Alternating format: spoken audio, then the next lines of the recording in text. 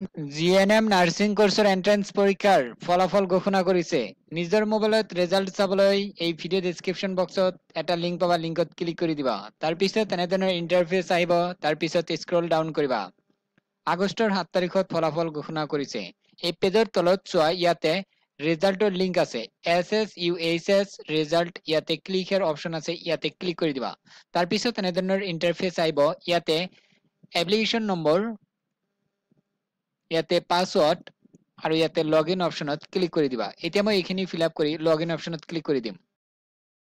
তাৰপিছত এনেধৰণৰ ইণ্টাৰফেচ পাবা।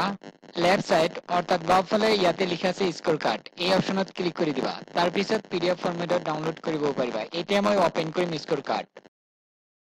ওপেন হোৱাৰ পিছত ইয়াতে চাব পাৰিবা তুমি টোটেল নম্বৰ কিমান পাইছা আৰু কিমান ৰেংক পাইছা, ইয়াতে চাব পাৰিবা। আৰু সাবজেক্ট ৱাইজ কোনটো সাবজেক্টত কিমান নম্বৰ পাইছা ইয়াতে পাই যাবা। নেক্সট ভিডিঅ'ৰ জৰিয়তে জনাই দিম যে কাট অফ কিমান যাব পাৰে, কাউন্সেলিং কেতিয়া হ'ব পাৰে, বাকি ডিটেইলছ আমি ভিডিঅ'ৰ জৰিয়তে তোমালোকক জনাই দিম। যদি চেনেলটো সাবস্ক্ৰাইব কৰা নাই, সাবস্ক্ৰাইব কৰি কাষত থকা বেল আইকনটো প্ৰেছ কৰি থৈ দিয়া।